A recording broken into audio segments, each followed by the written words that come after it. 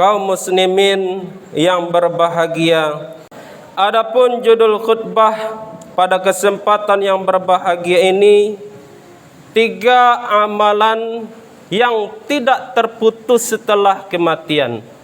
Kaum muslimin yang berbahagia, berapa lama pun kita hidup di atas dunia ini, akhir hayat kita, akhir kehidupan kita berakhir dengan kematian.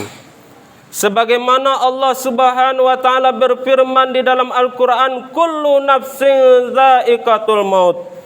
Setiap yang bernyawa, setiap yang bernafas, setiap yang memiliki jiwa pasti akan merasakan kematian. Dan setiap amal yang kita kerjakan di atas dunia ini terputus apabila datang yang namanya kematian. Sebagaimana hadis Nabi mengatakan, idza matal insan inqata'a amaluhu. Apabila manusia meninggal dunia, maka terputuslah seluruh amal ibadahnya. Yang dulunya dia rajin salat, mati tidak salat lagi. Yang dulunya dia rajin puasa, mati tidak puasa lagi. Yang dulunya dia rajin pergi haji dan umrah, mati tidak pergi haji dan umrah lagi. Kenapa? Karena Nabi katakan, idza matal insan inqata'a amaluhu. Apabila meninggal manusia, meninggal anak cucu Adam, maka terputuslah seluruh amal ibadahnya. Illa min salasin, kecuali ada 3 kata Nabi yang tidak akan terputus. Yang pertama adalah sedekatin jariyatin, sedekah jariah, sedekah yang terus mengalir. Bagaimana bentuknya? Apabila ada pembangunan masjid, kemudian kita sumbang semen atau uang ke masjid, kemudian pengurus masjid digunakanlah untuk membangun dinding masjid, tunggak masjid, atap masjid. Apabila masjid itu berdiri kokoh, maka ditempati oleh orang-orang untuk beribadah di dalamnya. Selama orang-orang menempati masjid itu untuk beribadah, maka selama itulah pahalanya akan terus mengalir ke kubur kita. Walaupun kita sudah meninggal dunia 10 tahun, 20 tahun, bahkan ratusan tahun. Banyak lagi contohnya, kita sumbang uang semen ke pondok pesantren, ke MDA, selama dipakai oleh orang untuk menuntut ilmu agama di dalamnya, maka selama itulah pahalanya akan terus mengalir kepadanya. Ketika orang tersebut masuk ke dalam kubur, diazab, menangis, merintih, kesakitan, terhenti azabnya. Kenapa? Karena sedekahnya kepada masjid, karena sedekahnya kepada pondok pesantren, kepada MDA. Akan tetapi kesadaran seperti inilah yang kurang daripada kita. Kebun sawit luas, kebun sawit banyak, 1 kali dalam 3 minggu panen.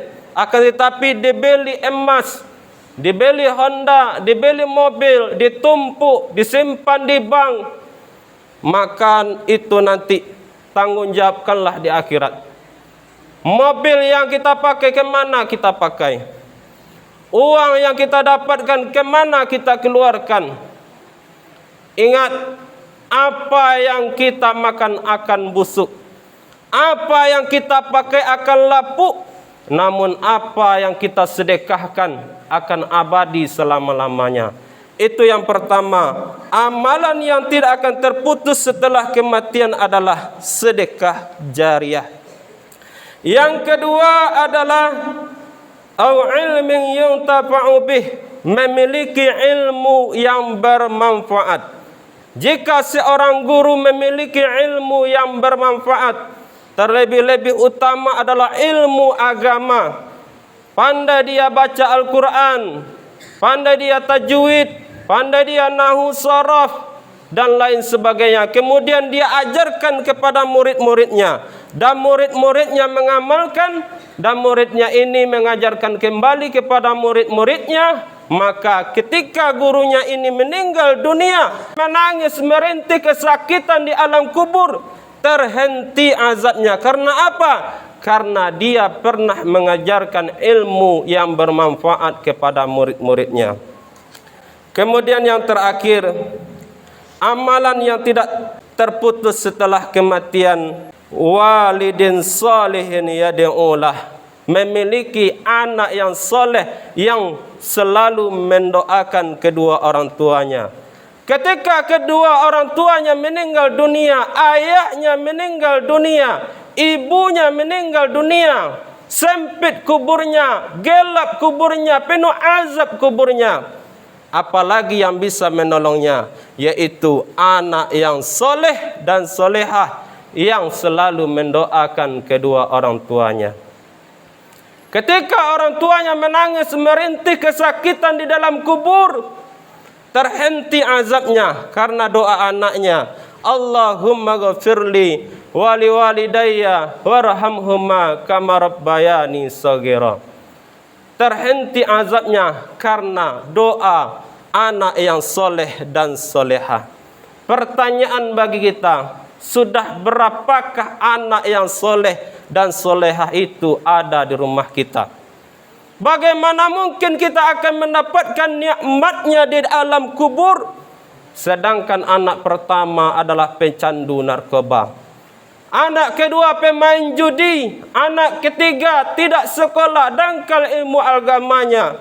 Pertanyaannya, apa lagi yang bisa menolongmu kalau bukan anak yang soleh dan solehah yang selalu mendoakan kedua orang tuanya?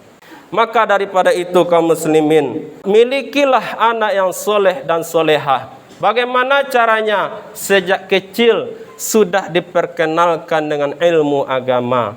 Masukkan dia ke MDA, masukkan ia ke pondok pesantren, supaya nanti ketika kita meninggal dunia, merekalah yang mendoakan kita. Kaum muslimin yang berbahagia, marilah kita renungkan, kita ambil hikmahnya, kita pertanyakan kepada diri kita masing-masing. Sudah seberapakah sedekah saya? Sudah seberapakah ilmu yang bermanfaat yang sudah kita ajarkan? Sudah seberapakah anak-anak yang soleh itu ada di rumah kita? Di manakah mereka sekarang? Sedang apa mereka? Sudah bisakah dikatakan anak yang soleh dan solehah yang akan menolong kita nanti di alam kubur sampai ke akhirat? Mudah-mudahan khutbah yang singkat ini bermanfaat. Fa'tabiru ya ulil absar la'allakum turhamun.